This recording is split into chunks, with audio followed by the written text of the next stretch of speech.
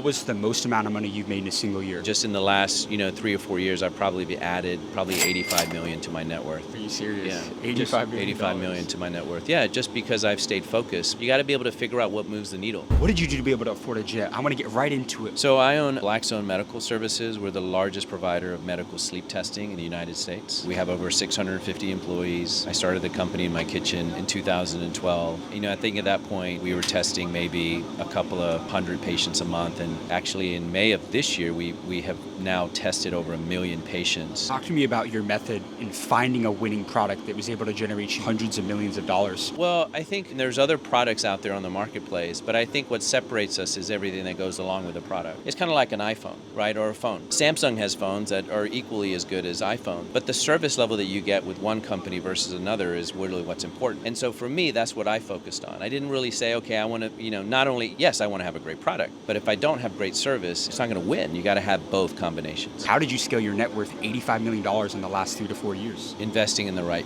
team. You got to have a team. If you don't have a team, you got nothing. You can't do it all yourself. The reason that we hit the numbers we hit and we have the success we have is because we have an amazing team. And I can't take credit for all of it. So, we have such an amazing team. But I'll tell you that, there was a period in my career where my staff was making more money than me. And I was willing to do that because I wanted to invest in my team. That's what helps you scale. Imagine, you can't run 650 employees by yourself. You can't. You need the right team. And so there's probably, out of the 650 people, I probably talked to 7 or 8. So who was the most important person that you hired? You're looking at him.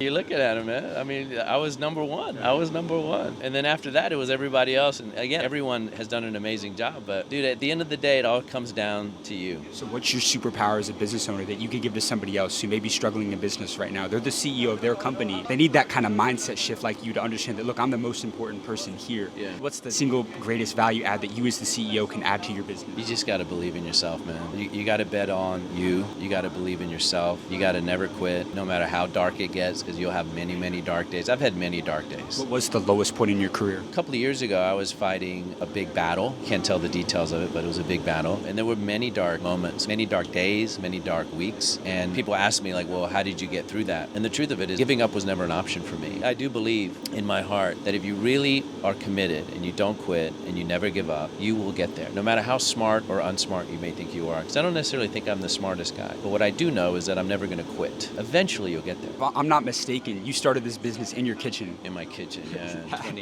Isn't that crazy? Tell me how you started the business. Dude, I was working in my pajamas for 6 months, literally. On this company? Yeah, I had this white little desk in front of this window, and I had this Apple computer. I started it in a really personal tragedy in my life. I had just gotten divorced. I had 2 young kids, and so I was literally just starting over. And most people probably would have just stayed in a job or went and got a great salary and something like that. But I really wanted to chase my dream, man. I didn't want to be that guy that gave up.